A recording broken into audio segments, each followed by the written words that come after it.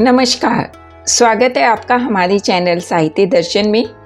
और आज हम आपको सुनाएंगे व्योमकेश बख्शी की रहस्यमयी कहानियाँ, जिसको लिखा है शारदेंदु बंद्योपाध्याय जी ने। तो व्योमकेश बख्शी जासूसी की दुनिया का एक बहुत ही मशहूर नाम। उनकी आज एक हम कहानी को सुनेंगे, जिस कहानी का शीर्षक है सत्यान्वेषी। अजीत बाबू की मुलाकात व्योमकेश से 1925 में हुई थी। अजीत बाबू ने यूनिवर्सिटी से पढ़ाई पूरी कर ली थी और उनके गुजारे के लिए उनके पिता ने उनके नाम से बैंक में पैसे जमा कर दिए थे, जिसके ब्याज से उनका काम चल जाता था। अजीत बाबू साहित्य की दुनिया में कुछ करने की ललक रखते थे। अजीत बाबू ने जिस बोर्डिंग हाउस में अपने रहने के लिए व्यवस्था की थी, वो कलकत्ता के केंद्र में था और उसमें दोनों ओर अभावग्रस्त लोगों की बस्ती थी और तीसरी ओर चीनियों की बस्ती थी। उसके बीच में एक त्रिकोण हिस्सा था और वो रात में बिल्कुल शांत हो जाता था। वहाँ कभी लाश मिलना या कोई वारदात हो जाना आम सी बात थी। कमरे का किराया और खाना सब मिलाकर सिर्फ 25 रुपये महीना देना होता था। मेस के प्रथम तल पर 5 कमरे थे और उनमें एक एक कमरे में एक एक किराएदार रहते थे। सभी मध्यम आयु के थे और उनके परिवार कलकत्ता से बाहर रहते थे, इसलिए वो सभी शनिवार की रात घर चले जाते और सोमवार को वापस आ जाते थे। उनमें से एक सज्जन रिटायर हो गए थे, तो उनका कमरा अजीत बाबू को मिल गया था। सभी ऑफिस से आने के बाद ब्रिज या पोकर खेलते थे, फिर रात में खाना खाते थे और सो जाते थे। दोपहर में अजीत बाबू और मकान मालिक रहते थे और वो दोनों दोपहर में खाना साथ ही खाते थे। मकान मालिक अनुकूल बाबू ग्राउंड फ्लोर पर रहते थे और वो सुबह शाम गरीबों को दवाई देते थे। फीस बहुत ही मामूली सी लेते थे। वो अकेले ही रहते थे। अभी अजीत बाबू को वहाँ रहते हुए कुछ ही महीने हुए थे और वो अनुकूल बाबू के कमरे में बैठे हुए अखबार पढ़ रहे थे। अजीत बाबू ने बताया कि पास में मकान नंबर 36 में शेख अब्दुल गफूर के घर पर पुलिस ने कोकीन के लिए छापा मारा है। अनुकूल बाबू ने कहा कि ये तो रोज की ही बात हो गई है। अखबार में लिखा था कि पुलिस को अभी तक कोकीन के गुप्त अड्डे का पता नहीं चल पाया है। बात करते करते अनुकूल बाबू उठ खड़े हुए। अजीत भी उठने को थे तो एक 22-23 साल के लड़के ने कमरे में प्रवेश किया। उसकी स्थिति बहुत अच्छी नहीं लग रही थी। उसने खाली कमरे के लिए पूछा। अनुकूल बाबू ने मना कर दिया। उसने अपना नाम अतुल चंद्र मित्र बताया। अजीत ने उसे अपने साथ कमरे में रहने के लिए कहा। अतुल बाबू और अनुकूल बाबू दोनों मान गए। अतुल अपना सामान लेकर अजीत के साथ रहने लगे।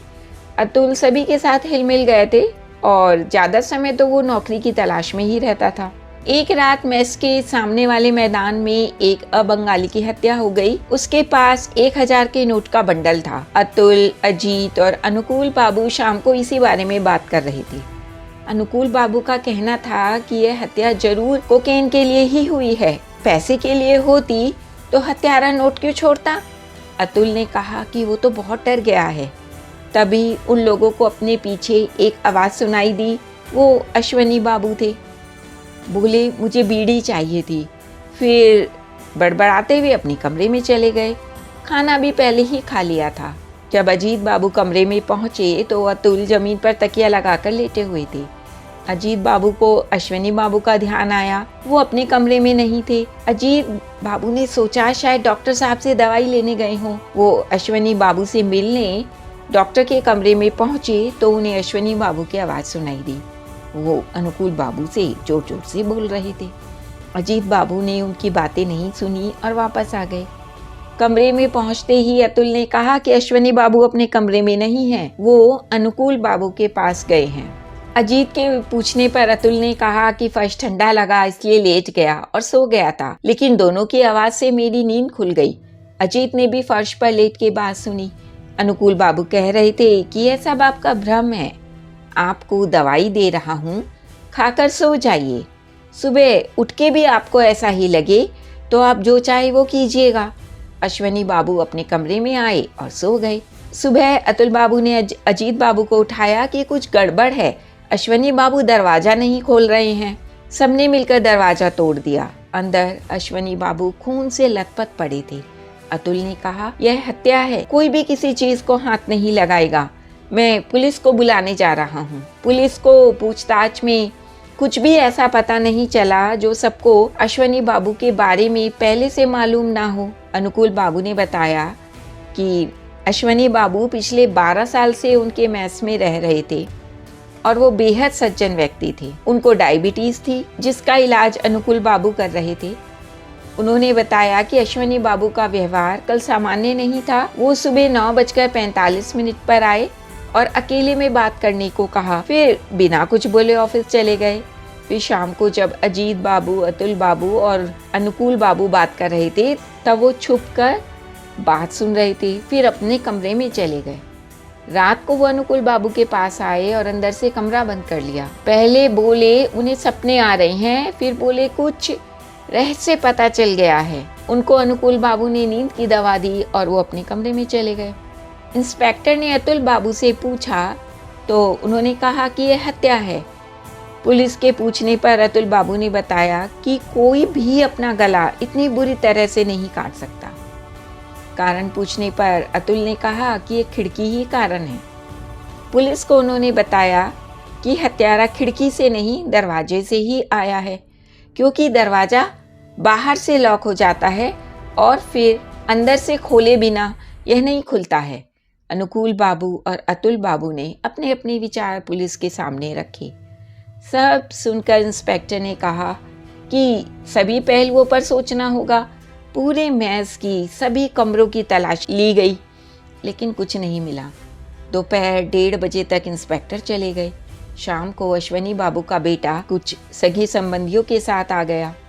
रात में अजीत बाबू अनुकूल बाबू से मिलने गए तो उन्होंने अपने संदेहों को अजीत बाबू से बताया। अजीत बाबू ने उन्हें सलाह दी कि यह सब आप पुलिस को बताइए। 2-3 दिन तक पुलिस आती रही, अपनी जांच करती रही। यह तो सबको समझ आ रहा था कि शक के घेरे में कोई मैस वाला ही है, लेकिन कौन है यह किसी को नहीं पता था। एक दिन शाम को अतुल बाबू और अजीत बाबू अनुकूल बाबू के कमरे में अखबार पढ़ रहे थे। तभी इंस्पेक्टर साहब आए और अतुल बाबू को गिरफ्तार करके ले गए। अतुल बाबू अजीत बाबू से कहते हैं, तुम घबराना नहीं, मैं निर्दोष हूँ। अजीत बाबू अतुल बाबू की गिरफ्तारी से बहुत परेशान हो गए। वो इसी परेशानी में 11 बजे सोए। सुबह भी वो सारी बातों को अपने मन में जांच रहे थे और उन्होंने अतुल बाबू के लिए एक वकील करने की सोची। दोपहर के 3 बज रहे थे। इतने में ही अतुल बाबू आ गए। दोनों प्यार से गले मिले। तभी अनुकूल बाबू कमरे में आए और अतुल बाबू को कमरा खाली करने के लिए कहा। अतुल बाबू के कहने से उन्हें सुबह तक की मोहलत मिल गई। फिर दोनों ने खाना खाया। तभी अतुल ने बताया कि उनके कमरे का लॉक खराब हो गया है। यह बात अनुकूल बाबू को भी बता दी गई। रात में अतुल बाबू के सिर में दर्द था तो अजीत बाबू और अतुल बाबू दोनों अनुकूल बाबू के पास दवाई लेने गए। उन्होंने अतुल को सिर दर्द की दवा दी और अजीत को भी दवा दी, जिससे उनकी थकान थोड़ी सी कम हो जाएगी। दोनों अपने कमरे में वापस आ गए। अजीत बाबू के पूछने पर अतुल बाबू ने कहा, चलो आज आपको कुछ बताता हूँ। अतुल बाबू ने अपनी कहानी संक्षेप में अजीत बाबू को बताई और बाकी कहानी बाद में बताने को कहा। उन्होंने कहा, अभी सो जाओ, 2 बजे से पहले कुछ नहीं होगा। दोनों ने दवाई नहीं खाई थी। अजीत बाबू डंडा लेकर लेट गए थे। 2 बजे दरवाजा खुला और अनुकूल बाबू ने प्रवेश किया और अतुल के बेड पर छुरा घोंपा। अतुल ने लाइट जला दी और उसने अजीत से कहा कि खिड़की के बाहर पुलिस खड़ी है, उन्हें आने का इशारा कर दो। इंस्पेक्टर साहब ने डॉक्टर को सत्यान्वेषी ब्योमकेश बख्शी के ऊपर हत्या के प्रयास में गिरफ्तार कर लिया। डॉक्टर के कमरे से कोकीन निकले। डॉक्टर को उसके माल के साथ पुलिस पकड़ कर ले गई। ब्योमकेश बख्शी अजीत को अपने घर चाय के लिए ले गए। 3 मंजिल का घर था। उसके बाहर नेम प्लेट पर सत्यान्वेषी ब्योमकेश बख्शी लिखा था। अजीत के पूछने पर ब्योमकेश ने बताया कि उन्हें जासूस शब्द का प्रयोग अच्छा नहीं लगता, इसलिए वो सत्यान्वेषी अपने नाम के साथ लगाते हैं। ब्योमकेश दूसरी मंजिल पर अपने नौकर पुतीराम के साथ रहते थे। अब अजीत ने सारी बात जाननी चाहिए तो ब्योमकेश ने बताना शुरू किया कि मैस के इलाके में रोज हत्याएं और लूटपाट हो रही थी। पुलिस बहुत परेशान थी। ब्योमकेश ने पुलिस कमिश्नर से मिलकर इस घटना की जांच का जिम्मा ले लिया और यह बात तय हुई कि यह बात कमिश्नर और ब्योमकेश के बीच ही रहेगी। तब ब्योमकेश मैस में आकर रहने लगा। उसे डॉक्टर पर संदेह अश्वनी बाबू की हत्या से 1 दिन पहले हुआ, जब ब्योमकेश ने डॉक्टर के चेहरे पर 1000 के नोटों को ना मिल पाने का लालच देखा। अश्वनी बाबू पर भी सत्यान्वेषी का संदेह गया, लेकिन उनकी हत्या के बाद सब कुछ एकदम स्पष्ट हो गया। डॉक्टर का राज जिस किसी को भी पता चल जाता वो उसे मार देता था। अश्वनी बाबू ने अपनी खिड़की से सब देखा था और उन्होंने सब अनुकूल बाबू को बता दिया और परिणाम स्वरूप उनकी हत्या हुई। जब ब्योमकेश ने खिड़की वाली बात पुलिस को बताई तो डॉक्टर को उन पर संदेह हो गया। तभी पुलिस ने उन्हें गिरफ्तार करके बहुत बड़ी गलती कर दी। कमिश्नर साहब ने ब्योमकेश को छुड़वाया। जब वो वापस आए तो डॉक्टर समझ गया कि ब्योमकेश इन्वेस्टिगेटर हैं, इसलिए उसने दवा की जगह उन्हें मॉर्फिन की डोज दी और यह समझा कि ब्योमकेश और अजीत बाबू दवा लेकर सो गए हैं। दरवाजे का लॉक भी ब्योमकेश ने नाखून फंसा के खराब किया था। सारी बात अजीत बाबू को एकदम साफ हो गई थी। वो वापस जाने के लिए उठे तो ब्योमकेश ने अजीत बाबू को अपने साथ ही रुकने के लिए कहा। वो मान गए और अपना सामान लेने मैस जाने लगे तो ब्योमकेश ने अजीत बाबू से उनका सामान भी साथ लाने को कहा।